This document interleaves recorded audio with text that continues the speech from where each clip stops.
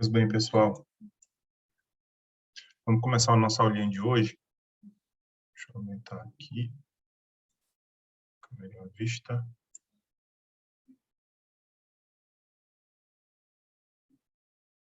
Meu computador tinha dado pau, foi trocado meu computador. E vamos conversar hoje a respeito, meu povo. A gente chegou a conversar, então, aqui da multa, do comportamento desviante, né, das partes no processo. Então, a partir de agora, a gente vai visualizar a cooperação das partes no processo, tá bem? Coral Sena está dizendo que não sai áudio. Vocês estão me ouvindo ainda? Está me ouvindo certinho, não está? Como é que está aí? Estamos ouvindo, professor. Tá. Então, vou prosseguir. Qualquer coisa vai estar no YouTube daqui a pouquinho. Agora É porque tem uma configuração no próprio celular e notebook que a pessoa tem que configurar para poder ouvir o som. Então, hashtag fica a dica aí. Qualquer coisa que fala por aqui, ou então, pronto. Conversa lá no grupo de vocês. Pode prosseguir. Vamos lá, pessoal. Admite. Deixa eu admitir os colegas que vão entrando. Só um instantinho. Vamos seguindo. Tá. Hoje, a gente vai começar a conversar a respeito do litisconsórcio, tá bem? Então, o que é que vem a ser o litisconsórcio? Pelo vernáculo, a gente até consegue compreender o que vem a ser o litisconsórcio.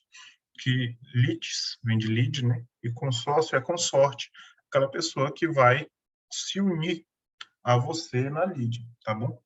Aí, por isso, vai ter essa nomenclatura de litisconsórcio. E tem também outra pessoa que vai se unir a você, mas tem uma nova nomenclatura, nova não, né? Tem uma outra nomenclatura, que é também a chamada intervenção de terceiros. A intervenção de terceiros, ela sofreu uma grande modificação. Alguns institutos foram retirados aí do CPC anterior, mas eles foram reamoldados. Mas isso a gente vai ver depois, que hoje a gente vai conversar a respeito do litisconsórcio, tá? A gente vai começar o litisconsórcio e depois a gente vai, na próxima aula, vai conversar a respeito também de intervenção. Então, vamos lá. No que consiste o litisconsórcio? Ele tem a ver com essa conta, então, uma ampliação, vai ter mais que uma pessoa atuando junto com você, a gente vai ter, então, essa ampliação subjetiva da demanda. Deixa eu colocar o povo no mundo, senão eu fico me ouvindo.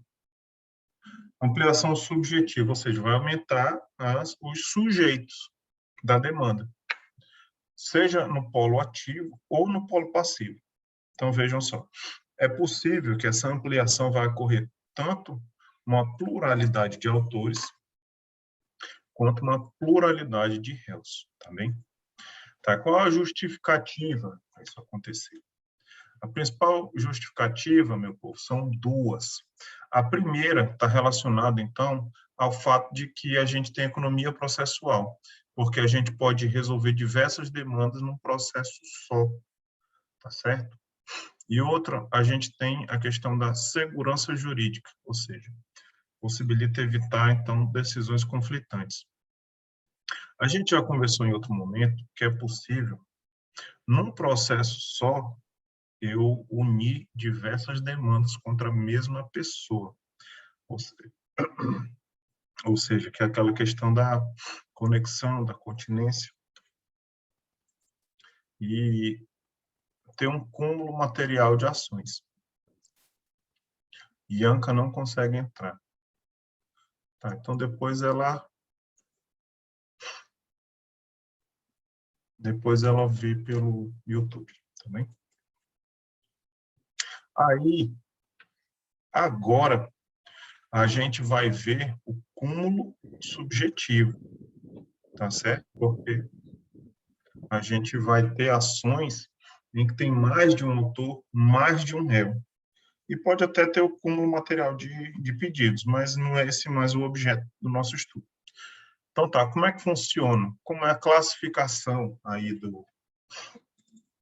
Aqui eu vou negritar. Do litisconsórcio. Então, inicialmente, a gente classifica com relação ao polo. Então, quando tem diversas pessoas no polo ativo, então a gente vai ter um litisconsórcio ativo. Quando tiver diversos réus, então a gente vai ter um litisconsórcio passivo. E quando tiver tanto uma pluralidade de autores quanto de réus, a gente vai estar diante do que a gente denomina litisconsórcio misto. Beleza? Então, olha, daí, isso aqui é com relação, vou deixar de verdinho aqui para os senhores, com relação ao polo. No segundo momento, a gente tem com relação ao momento em que se forma. Inicialmente, quando a gente propuser a demanda, a gente vai ter o litisconsórcio, seja ativo ou passivo, inicial, que a gente já vai ter direto ali no começo. E no segundo momento, quando for formado já com a demanda iniciada, a gente vai ter o que chama de litisconsórcio ulterior.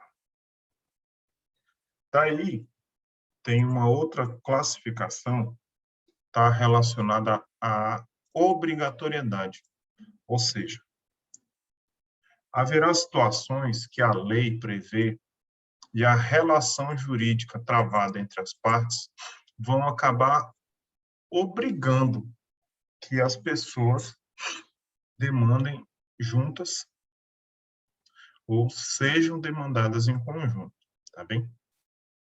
Só que eu vou falar de um primeiro que não é esse ainda. Então, com relação à obrigatoriedade, a gente vai ter o que se denomina o litisconsórcio facultativo, tá bem? E o que vem a ser o litisconsórcio facultativo? Nessa hipótese, bem aqui, meu povo, significa que é o que pode ou não se formar por uma questão de economia processual. E como é isso? Então, vejam só. Vou contar um caso prático aqui. Imagina, então, eu com minha esposa, a gente viajou de Belém para Santarém. Aí, quando a gente chegou no aeroporto, quando a gente ia viajar, na verdade, a gente ia viajar, a companhia, ela cancelou nossos bilhetes. Pura e simplesmente, não tinha mais. Cancelou o voo, não ia ter voo. E... Só um instantinho.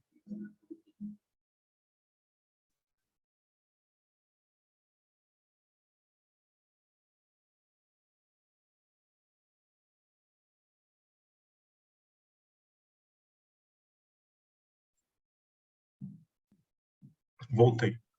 Daí, olha o exemplo.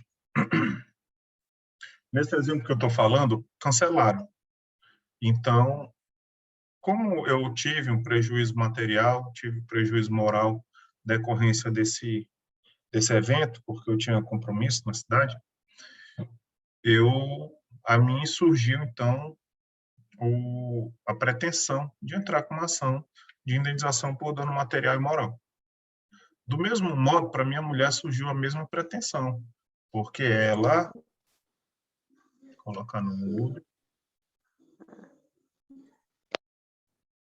porque ela também tinha compromisso e também sofreu um prejuízo. Em virtude disso, existiria uma possibilidade de eu entrar contra a companhia aérea com uma ação, a minha esposa entrar também com uma ação. Só que existiria a possibilidade de terem dois processos. E com esses dois processos, podia sair uma decisão de um jeito para mim e outra de um jeito para ela. Então, assim, por uma facultatividade, porque a gente achou mais conveniente, a gente entrou com um processo só contra a companhia aérea. Então, aqui, a gente, por uma questão de economia processual, entramos com um processo só. Então, formou-se um litisconsórcio ativo facultativo, ok? E é o que descreve o artigo 113 do Código de Processo Civil. E ele fala bem assim, eu já até deixei umas marcações aqui para os senhores acompanharem. Olhem, duas ou mais pessoas, tanto que nisso é o que consiste o cúmulo subjetivo, tá bem, pessoal?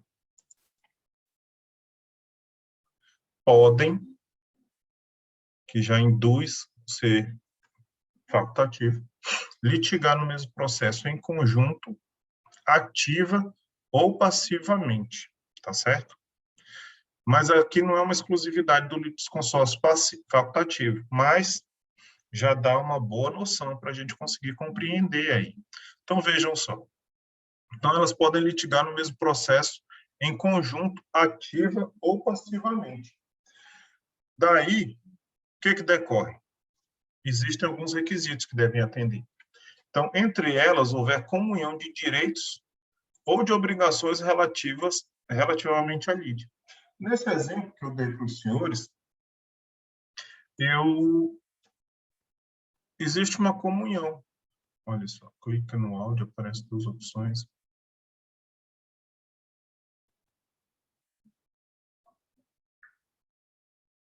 Tá. O colega está dando uma diquinha aqui de como ouvir.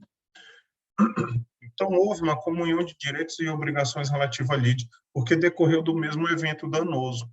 Muito embora eu tenha sofrido um tipo de dano, a minha mulher outro, aqui a gente visualiza que do mesmo evento danoso surgiu, então, essas obrigações entre os dois autores e a Ré Companhia Aérea. Então, outro, entre as causas houver conexão pelo pedido ou pela causa de pedir. Isso a gente conversou sobre conexão e continência também. E outra, se houver afinidade de questões por ponto comum, de fato ou de direito, que é o evento danoso. O fato, aqui, nesse caso, teria sido a ocasião do cancelamento. Ocorre que, às vezes, a gente tenta economizar, e imagina, então, que era um voo com 300 passageiros. E cada um, vamos imaginar aí, teve um prejuízo diferente. Uma pessoa tinha uma audiência, outra pessoa tinha um casamento, outra pessoa apenas estava voltando de férias, e assim sucessivamente. Às vezes, essa economia ela pode acabar tumultuando o processo. Então, justamente visualizando isso, o legislador criou uma possibilidade para o magistrado em que ele pode limitar esse litisconsórcio facultativo quanto ao número de litigantes, é aqui que os senhores vão encontrar, parágrafo 1º, na fase de conhecimento. Então, tem diversos momentos em que o magistrado pode fazer isso. Isso começa com a fase de conhecimento. Às vezes, ele profere a sentença. Tendo proferido a sentença, vem uma segunda fase que é liquidar, para a gente descobrir efetivamente quanto é que fica devendo. E, com relação a isso, segue, então, a possibilidade de fazer isso na liquidação de sentença ou, por último, na execução da mesma. Mas, olha só, quando que isso vai acontecer? Quando comprometer a rápida solução do litígio ou dificultar a defesa ou o cumprimento da sentença. Tá certo? Então, nessas hipóteses, o magistrado... Só um instantinho.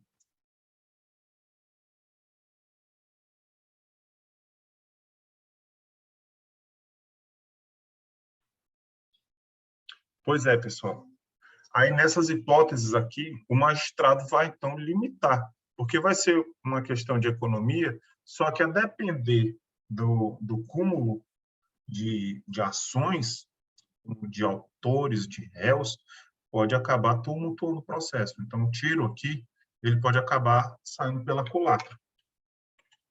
Daí, a gente tem aqui, continuando, que o requerimento de limitação, ele interrompe o prazo para manifestação ou resposta, que recomeçará da intimação da decisão que o solucionar. Ou seja, inicialmente tem que ter um requerimento, geralmente vai partir do réu que está sentindo a dificuldade ou de se defender ou de cumprir a sentença.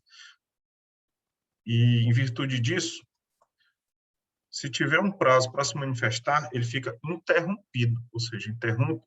Se é de 10 dias, se estiver no 8º dia, interromper, o efeito de interromper no direito processual significa que volta do zero, tá certo? Diferente de suspender, que quando suspende, então esse prazo vai ficar apenas parado, ok? Então, quando tiver esse pedido, vai interromper o prazo dessa manifestação, e tão logo o juiz solucione o pedido, seja deferindo para dividir, seja indeferindo, a partir daí recomeça do zero o eventual prazo que estava pendente de manifestação, ok? Depois do facultativo, a gente tem um outro que é o chamado necessário. E no que consiste o litisconsórcio necessário?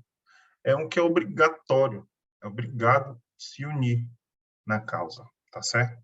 E o que acontece? Olha aí. O litisconsórcio será necessário por disposição de lei ou quando pela natureza jurídica controvertida, então a gente tem aqui, seja por disposição de lei ou natureza da relação jurídica controvertida. A eficácia da sentença depender da citação de todos que devam ser litisconsórcios. Então, olhem só. Aí aqui, eu preciso fazer um esclarecimento para os senhores, que é o seguinte. Há quem entenda que litisconsórcio necessário se aplique ao autor e ao réu. Só que é o seguinte, o litisconsórcio, via de regra, litisconsórcio necessário, ele se aplica ao litisconsórcio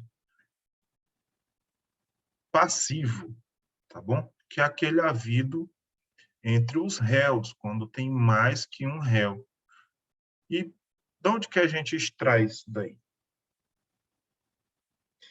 No próprio artigo 114, que é o seguinte: o litisconsórcio será necessário por disposição de lei ou quando, pela natureza da relação jurídica, a eficácia da sentença depender da citação. Aqui eu vou deixar bem amarelinho e negrito. Não sei o que. Aqui. De todos que devam ser litisconsortes. O que acontece? Citação é um ato próprio do réu, que é aquele ato pelo qual o réu ele toma conhecimento do processo que é movido contra ele e é a oportunidade também que ele tem para, querendo, se unir ao processo para oferecer defesa, tá certo? Mas vejam, citação é só para o réu. Logo, o litisconsórcio é necessário para o réu, tá bem? Haverá situações com relação ao autor que vai parecer ser um litisconsórcio necessário, só que não é necessariamente necessário.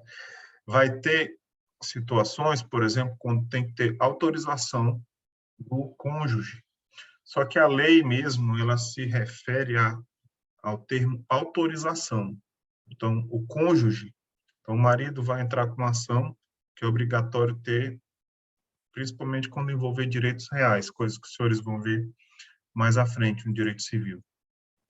Então, chegando lá, quando demandar um processo, ele basta pegar autorização, ele não precisa levar consigo a sua esposa para ser autora no processo. No entanto, quando for ser demandado, quando o marido for réu, nesses tipos de processo, também deverá ser réu a esposa, tá bem? Então, por isso, via de regra, quando a gente fala de litisconsórcio necessário, vai ser um litisconsórcio passivo, tá bem? Um outro fundamento é de que as partes, elas não são, aqui são obrigadas, né? Mas ninguém é obrigado a entrar na justiça, tá certo?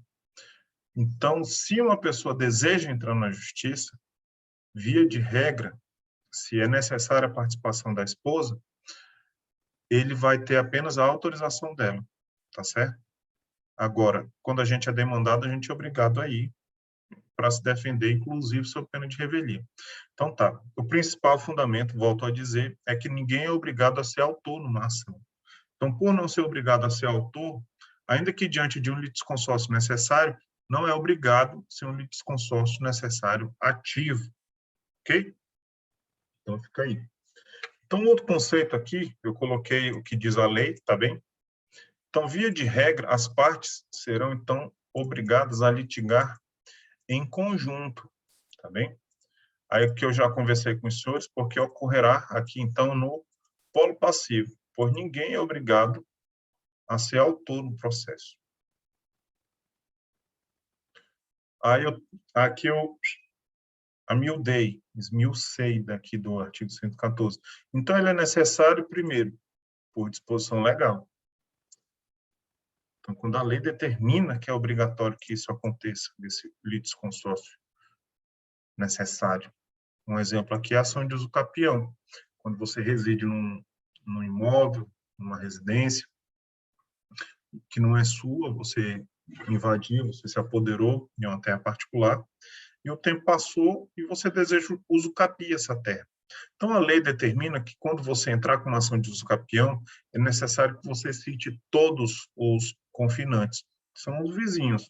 Afinal de contas, você pode acabar que vai estar tentando usucapir uma terra de um vizinho que ele nem sabia que você estava tentando usucapir, tá certo? Então, essa é a necessidade. Então, quando você entra, via de regra, contra o dono do imóvel que você invadiu e está usucapindo, é obrigatório você também chamar o processo aquelas pessoas que são os seus vizinhos, que a lei denomina o termo aqui confinante. Além disso, que eu extraio daqui do artigo 114, é pela natureza da relação jurídica controvertida. Isto é, então depende da situação de todos os litisconsortes, ou seja, todos aqueles que podem sofrer, né, os efeitos da coisa julgada. Então, eles têm que ser citados para atuar nesse processo. Um exemplo disso é a dissolução de uma sociedade civil, tá bem? Então, a gente tem aqui uma empresa limitada, que tem 10 sócios, e está indo de mal a pior, o principal sócio fundador faleceu e os outros não têm muita habilidade para tocar os negócios dessa empresa. Então, acaba que ela tem que se dissolver, porque ele está só dando prejuízo agora. Portanto, se são 10 sócios, os 10 precisam participar dessa ação de dissolução, tá bem? Mas por quê? Qual é o fundamento? Não é a lei em si que determina, mas o que determina é a natureza da relação jurídica. De tal modo que, nesse exemplo, se for desfeita a pessoa jurídica, os sócios, todos os sócios serão afetados, porque eles não vão mais ser sócios, afinal de contas, foi dissolvida a empresa. Ok? Daí tá. A gente vai ver aqui o litisconsórcio necessário e o litisconsórcio unitário. Essa relação entre um e outro. Como eu falei para os senhores, o litisconsórcio necessário é aquele em que as pessoas necessariamente precisam compor a lide, precisam ser citados no processo. Já o litisconsórcio unitário é aquele em que obriga o juiz a decidir de maneira uniforme para todos os litisconsortes, tá bem? Então, geralmente, o litisconsórcio necessário, ele vai ser também unitário, mas isso não é uma regra sem exceções. O direito é assim, né? Tem regra cheia de exceções, e aqui a gente tem uma exceção, ou seja, litisconsórcio necessário, na maioria das vezes, vai ser unitário, ou seja, as partes têm que estar juntas, obrigatoriamente participar do processo, e unitário, porque a decisão para aquelas partes vai ser de maneira uniforme. Só que também nem sempre o litisconsórcio necessário vai ser unitário. E agora a gente vai desenvolver esse tema. Então, olha aí, meus caros. Deixa eu ver se alguém está falando. A representação é a mesma? Não, eu não estou falando de representação, Gleico. Eu estou falando de litisconsórcio. Porque a representação e a legitimação extraordinária tem duas pessoas participando. Então, assim, uma criança precisa de leite, tá? O Zezinho, a Mariazinha. E tá dodóizinha, precisa de leito, se internar. Aí vem o Ministério Público, que o Ministério Público é uma pessoa jurídica, né? Em tese, nem é pessoa jurídica, mas tudo bem. É um órgão. Mas vamos chamar de pessoa. Aí vem o Ministério Público, criança. Só que o Ministério Público, ele atua em legitimação extraordinária, só que ele não é parte, ele é substituído, tá bem? E a representação, quando a mãe vem pedir alimentos. Então, é o Joãozinho e a Maria contra o João pai. A Maria, ela atua no interesse do Joãozinho, tá certo? Ela representa. A parte é Joãozinho contra João pai. A mãe, ela apenas representa porque processualmente e civilmente ele não pode atuar sozinho. Já no litisconsórcio, é como se o Joãozinho pedisse pedido de alimentos e a Maria, um exemplo aí, ela pedisse uma ação de cobrança de aluguel, porque ele está morando na casa que era do casal e não está pagando ela, porque tinha ficado acertado assim. Mais ou menos isso. Então, ainda que representado pela mãe, Joãozinho é parte. E a mãe, a Maria, ela está cobrando, ela está indo em nome próprio, defendendo direito próprio. Tá certo? Então, representação e legitimação é uma coisa, é a forma de atuar, é a forma de ser parte, tá bom? Já aqui, é a forma de partes se unirem no mesmo processo em prol de interesses comuns. Mais ou menos isso, tá bem? Tá me acompanhando, Gleico? Ah, maravilha. Pessoal, se forem tendo dúvida, pode perguntar, tá bom? Estamos aqui para isso mesmo. Então, vejam só. Aí que nem eu estou falando do litisconsórcio necessário. Um exemplo do litisconsórcio necessário, a gente vai visualizar no artigo 73 do Código de Processo Civil, que é o seguinte, ó, o cônjuge necessitará do consentimento do outro para propor ação que verse sobre o direito real imobiliário. Um exemplo de direito real, propriedade de bem imóvel. Salvo quando casado sob o regime de separação absoluta de bens.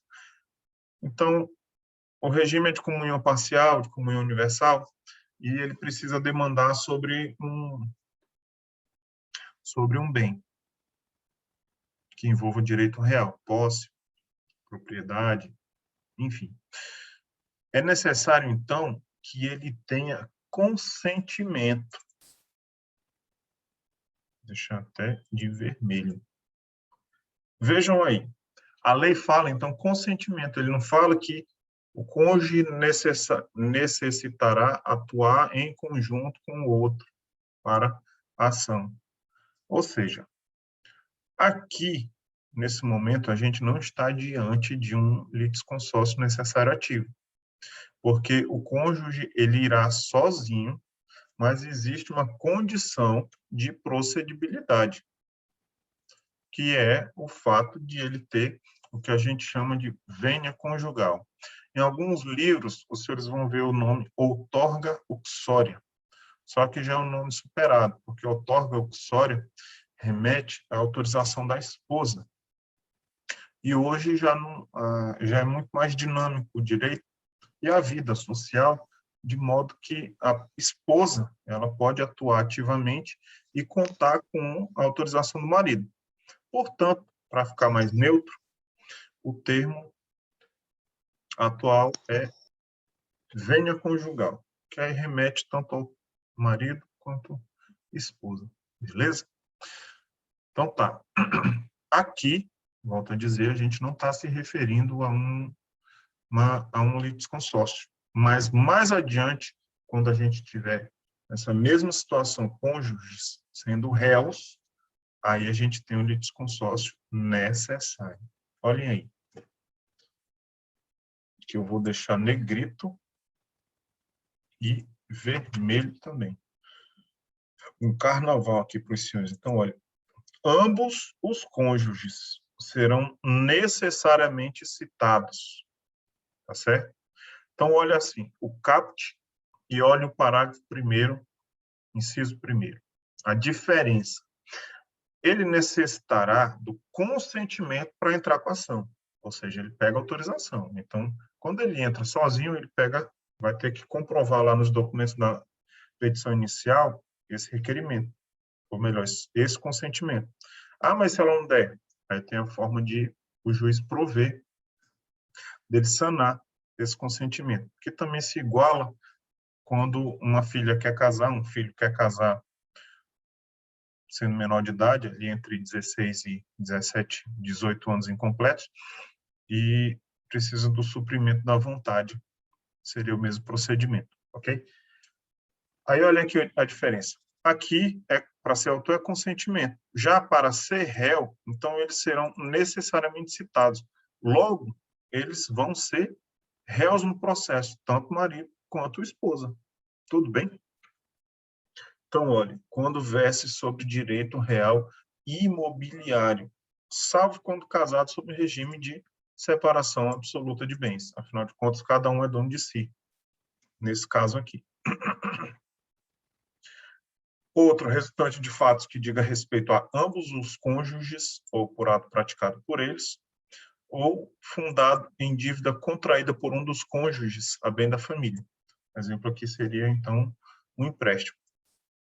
E outro que tenha por objeto o reconhecimento, a constituição ou a extinção de ônus sobre o imóvel de um ou de ambos os cônjuges.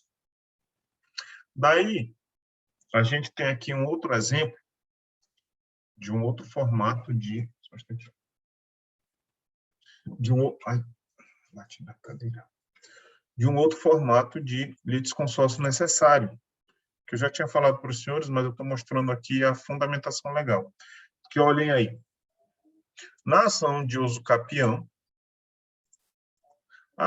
eu tinha visto aqui uma coisa, vou até falar para vocês, isso aqui tem a ver com português, tá bom? Mas só que quando a gente escreve, tá, em petições, a gente tem que ter o cuidado com esse termo aqui que é ambos, tá bom? Ambos, ele está relacionado a dois, então somente, tá bom? E se a gente falar ambos os dois, vai ser o mesmo que a gente falar subir para cima, tá bom? É um pleonasmo. E ambos é só para dois, então a gente não vai se referir quando houver 3 situações, 3 pessoas, 3 coisas, 4, 5, tá? Ambos os 4, não, que é uma palavra que se dirige apenas a 2, beleza? Isso aí é a diquinha do dia. Então, na ação de uso capião de imóvel, então, os confinantes serão citados pessoalmente, exceto quando tiver por objeto unidade autônoma de prédio em condomínio, caso em que tal citação é dispensada. Então, olha, nesse caso aqui, é um litisconsórcio necessário, porque eu preciso citar todos, mas não implica dizer que ele vai ser unitário, que a decisão do juiz em desfavor dos réus, que vão ser os confinantes, vai ser igual.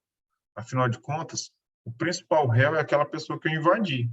Então, o efeito para ele vai ser o de que ele vai perder a propriedade dele, porque foi invadido. Já os confinantes vai ter um resultado neutro, porque, afinal de contas, eles são apenas vizinhos, só para tomar conhecimento que está correndo ali uma ação de uso capião. Vocês compreendem? Então, a gente fica ligados nisso aí, nesse efeito de que a gente tem um litisconsórcio necessário, mas ele não é, então, um litisconsórcio unitário, que a decisão não vai ser uniforme para todos os réus. Isso aqui eu vou saltar. Para a gente ir encerrando a nossa aula de hoje, a gente vai falar daqui, que é uma conclusãozinha. Eu conversei com os senhores. Deixa eu amarelo.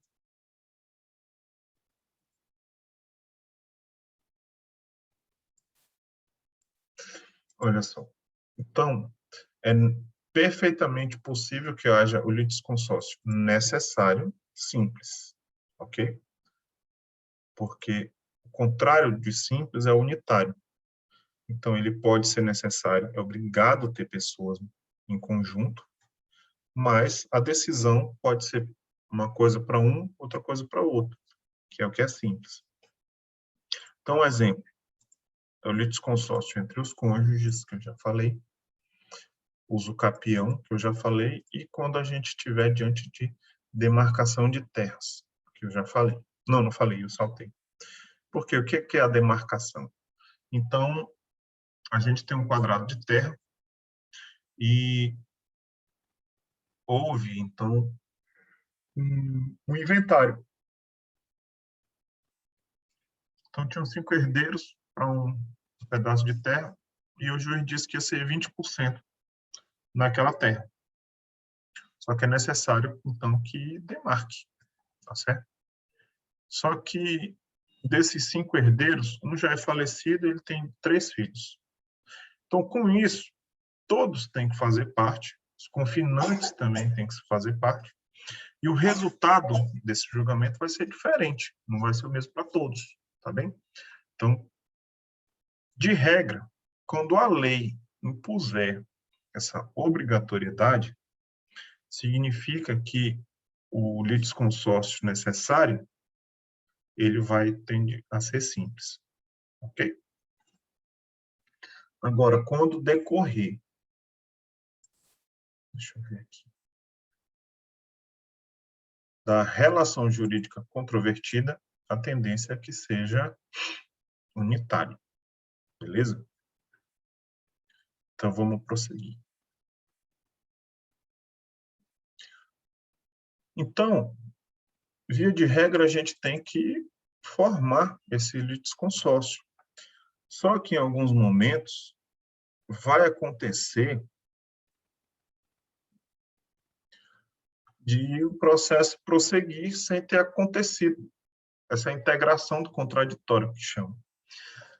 Então, a lei já previa um efeito de o contraditório não ser formado pelos litisconsortes necessários, tá certo? E é o artigo 115 que fala. É o seguinte, a sentença de mérito, quando proferida sem a integração do contraditório, ela será nula se a decisão deveria ser uniforme em relação a todos que deveriam ter integrado o processo. Ou seja, se a gente está diante de um litisconsórcio unitário, a gente tem uma decisão nula. Só um instantinho, já falo. O colega fez a pergunta. E ineficaz nos outros casos, apenas para os que não foram citados. Então, via de regra, o litisconsórcio unitário, a gente tem uma decisão nula, e nos outros casos, a gente tem uma decisão ineficaz, que trocado em miúdos dá basicamente no mesmo. A colega está me fazendo uma pergunta, acho que os senhores devem ter visto, querendo, vejam aí no chat, se sempre associa uso capião a bem imóvel, e se vale para móvel também. vale para móvel também, tá certo? O uso capião é você se tornar dono de um bem, seja móvel ou imóvel, pelo decurso do tempo, tá certo? Então, se você fica ali com, sei lá, uma motocicleta, a pessoa deixa para tu guardar, tu fica, essa pessoa some, tu avisei, vem buscar, a pessoa não busca, você fica, se eu não me engano, o prazo do uso capião de bem móvel é de 3 anos. Então, se você, a partir daí, tem ânimos domini, que é a vontade de ser dono, então, desse momento para frente, começa a contar o prazo para você, começa a guardar aí as coisas dos outros. Aí começa a contar o prazo, tá certo? Só que de um lado tem a questão de você ser detentor, um exemplo ali do caseiro, tá certo? Porque o caseiro ele não pode usucapiar o dono, a terra do dono, né? Porque ele está trabalhando. E depois disso, ele tem a qualidade de detentor. Mas, se a partir de um momento ele para de receber salário e fala para o dono, ó, sai fora que agora é meu. A partir daí, ele começa a contar um prazo de uso capião, tá certo? Só que esse estudo é do direito civil. Estou só dando aqui uma pinceladazinha para os senhores terem essa noção. Mas quem quiser prestar um carro para a Joyce aqui, ela está muito interessada. Amizade sincera, tá? Vai cuidar bacana aí. Então, veja. Ó, rapaz, aqui a gente não forma uma prisão, né? Porque só tem menino inocente, rapaz. Então tá. Aí, olha só. Eu vou continuar daqui. Nos casos de litisconsórcio passivo necessário, que é obrigado a ter os réus, o juiz determinará ao autor que requer a citação de todos que devam ser litisconsortes, dentro do prazo que assinar sob pena de extinção. Ou seja, se ele não consegue citar todos que devam ser réus, o juiz vai arquivar. Por quê? Porque ele extingue, afinal de contas, se o processo prosseguir sem todos, a gente já sabe que a sentença é nula, então não tem lógica em um juiz proferir uma sentença nula, é perder o tempo dele. Então, com isso, a gente conclui o seguinte aqui, que nem todo litisconsórcio necessário é unitário, pois tem o necessário simples, que eu já abordei as 3 hipóteses lá com os senhores. E outra, todas as combinações aqui são possíveis. Que aí tem isso que eu peguei na internet, eu não vou lembrar o site, não. Mas eu já anuncio que catei na internet essa combinação aqui, tá? Então, há litisconsórcio necessário unitário como regra no polo passivo, que eu abordei com os senhores. Há o litisconsórcio necessário simples como regra quando é necessário por força de lei. E há o facultativo unitário como regra no polo ativo e o facultativo simples como regra nos litisconsórcios por afinidade, que foi o exemplo que eu dei, eu entrando com a minha esposa contra a companhia aérea.